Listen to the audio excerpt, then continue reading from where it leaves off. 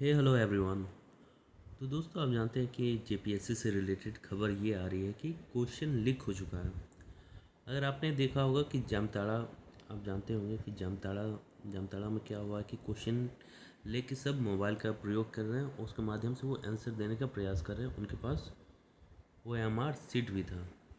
But यहाँ पे आपको क्या करना चाहिए दोस्तों, मैं आपको बता रहा हूँ। देखिए, अगर आपके पास, सच मानिए, एज ए वेल विशर मैं आपको एक अच्छा एडवाइस दे रहा हूँ।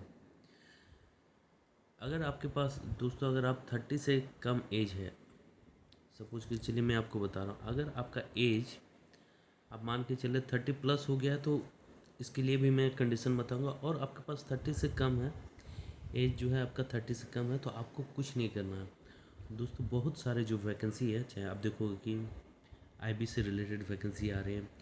चलिए, यूपीएससी थोड़ा थोड़ा नहीं, बहुत ही टफ होता है, लेकिन यूपीएससी से रिलेटेड बहुत सारे वैकेंसी आते होंगे।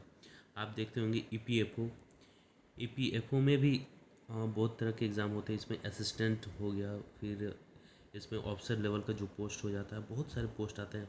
आप इस पर फोकस करो जब भी एग्ज़ाम आता है। जीएस का पैटर्न भी वही है, सारा चीज़ वही है, तो आपको इस पर फोकस करना चाहिए। उसके बाद आप देखोगे सेंट्रल लेवल का जो सीजीएल है, एसएससी का सीजीएल, इस पर आप फोकस कर सकते हो। सीडीपीओ पे फोकस कर सकते हो। तो बहुत सारे ऐसे पोस्ट है जिस पे आप फोकस कर सकते हो। अगर आपका एज बिलो 30 है, बट मैं आपको बोलूँगा अगर आपके पास एज 30 प्लस हो गया, तो हो सकता है मे बी आप झारखंड के लिए ही एप्लीकेबल हो, क्योंकि उसमें 35 एज तक लिमिट रहता है, आप अप्लाई कर सकते हो।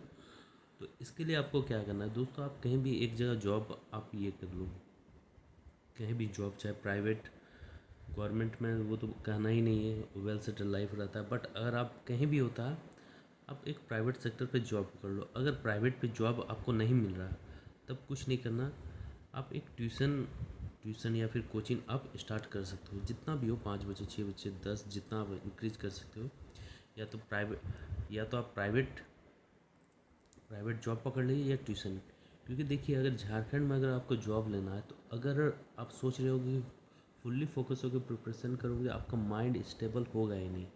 इसलिए आप ट्यूशन पढ़ा लो या प्राइवेट कहीं जॉब करके उसके बाद आप फोकस करो एक ही एग्ज़ाम के लिए, चाहे जेपीएससी, यूपीएससी। क्योंकि आपको मालूम नहीं है, 1 साल लगने, 2 साल लगने, 4 साल, 5 साल। तो आपको एक दोस्तों यहाँ पे है कि आपको बैकअप प्लान आपका होना चाहिए। अगर आप झारखंड की तैयारी कर रहे हो, तो आपका एक बैकअप प्लान होना ही चाहिए, और साथ में होना चाहिए कि आपको साथ साथ करना होगा। क्योंकि देखिए दोस्तों, एक बार अगर आपका सिलेबस पूरा अगर आप कर लेते हैं, तो मुझे नहीं लगता है कि आपको दिन रात पढ़ने की ज़रूरत है।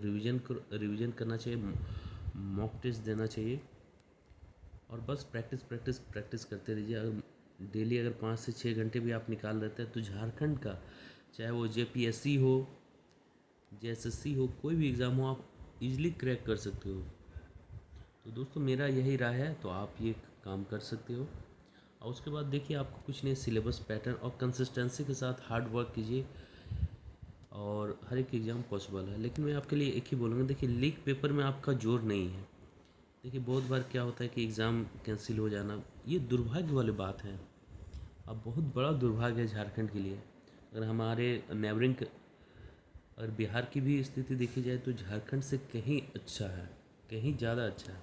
ऐसा मैं नहीं बोल रहा हूँ कि बिहार पे लीक नहीं होता, बट कंपेयर किया जाए झारखंड से तो बहुत ही अच्छा है। एटलीस्ट वहाँ पे रिजल्ट हो रहा है। तो देखिए दोस्तों, लीक पे आप कंट्रोल नहीं कर सकते हैं, चाहे आप अच्छे से पढ़ो या ना पढ़ो।